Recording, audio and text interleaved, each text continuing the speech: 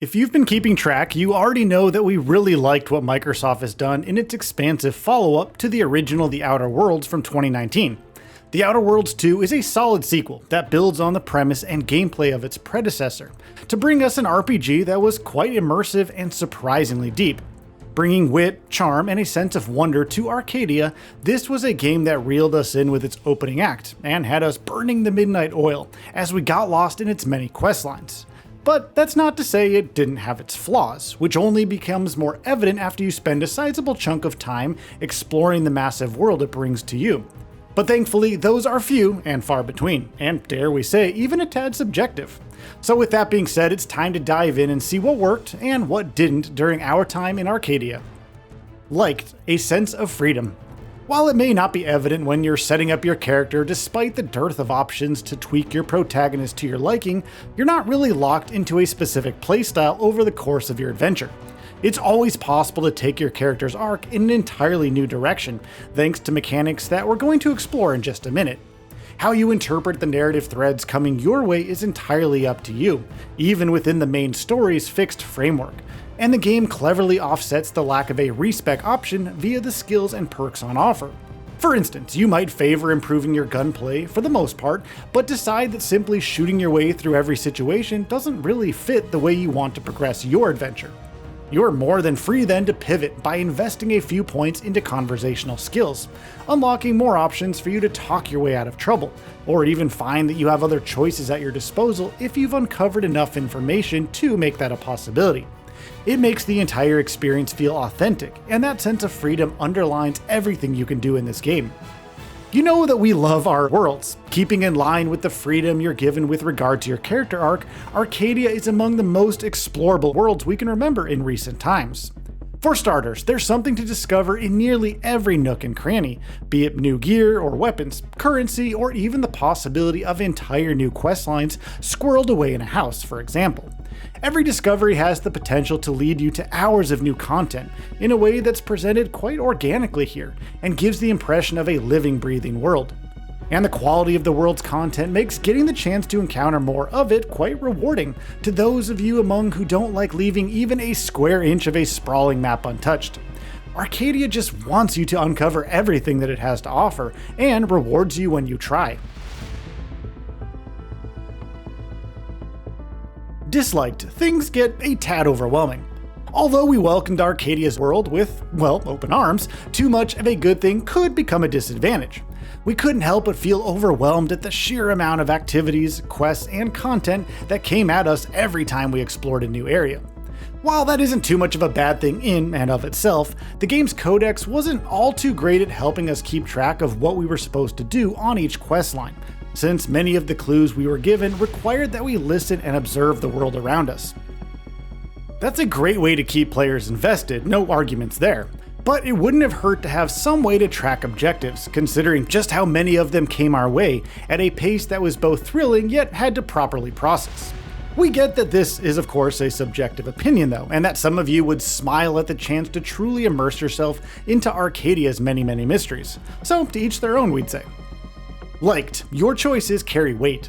This one builds on the point we made about how the game gave us a sense of freedom, as having the option to really influence the world based on our actions was a layer of immersion that made us feel like we were really part of it instead of a stranger just passing through.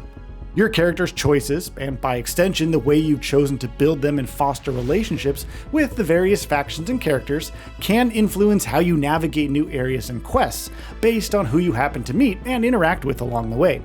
Now, it helps that your attributes play a role in how those interactions go. For us, the conversation skill tree were great at making outcomes unpredictable and adding tension to conversations where things could go south if we picked the wrong choice. An RPG that makes your character feel like an impactful presence in the world they inhabit is always a good thing in our book. Disliked: the companions could have been better. Now, don't get us wrong, the companions accompanying us on this spectacular adventure were quite well written and fleshed out, in comparison to the original game. Their individual quest lines were interesting enough to make us want to complete them and learn more about their motivations and how their stories turned out. But we couldn't shake the feeling that they could have been so much more. They did come off a bit bland, and none of them truly stood out. That's a stark contrast to everything else in the game, in which everything vies for your attention all the darn time.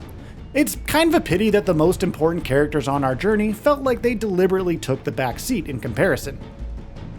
Liked, the skills and perks. We're getting to the meat of what made this RPG click for us. The skill and perk system was miles ahead of the tried and tested upgrade method of dumping earned experience points into attributes that would increase and perhaps decrease your stats. The skills were varied enough to begin with, while the perks felt like the nuanced touches that really gave our character weight, with noticeable effects that influenced how we could approach varying situations in the game. And of course, the flaw system was a very interesting touch, since it's not every day you're asked to take on a debuff in return for an advantage as a sort of trade-off. It brought the scope and space for some insane build variety that could very well have you diving right back in for another playthrough, which could give you an entirely different experience depending on your choices.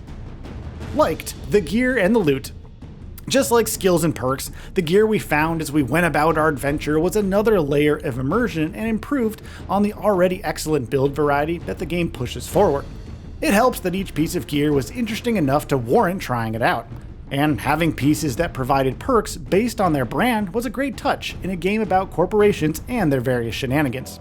That extends to the weapons we picked up, since each gun and gadget felt great to use while we were out and about. Liked the combat.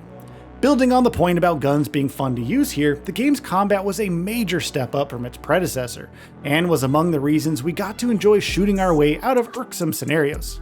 There's enough challenge to warrant paying attention to your build and eking out every advantage you can get, even on normal difficulty, which is another feather in the game's cap. Building synergies was fun without being a chore, which definitely adds to the allure on offer in this experience. Liked, an RPG through and through. Both the story and exploring the world gave us that sense of freedom we've been so enthusiastic about, with multiple ways to deal with situations and several possible outcomes, keeping us invested in our whole role in the game. The reputation system was an important part of that, and we found that we actually cared about what the people we met thought about us. It made Arcadia feel like it was just humming with opportunities for us to further extend our influence in it, while being careful to navigate fragile relationships in a way that made us forget to look at the clock. That's always a brilliant thing in any game and an absolute delight in an RPG. Liked the serious tone. The game leans decisively into a more serious register, raising the stakes so the story carries greater weight here. We found ourselves more invested in getting things right, often pausing to consider the consequences of our choices, lest we trigger outcomes we'd later regret. It's a delicate balance the game strikes with confidence, and it's stronger for that commitment to a graver tone.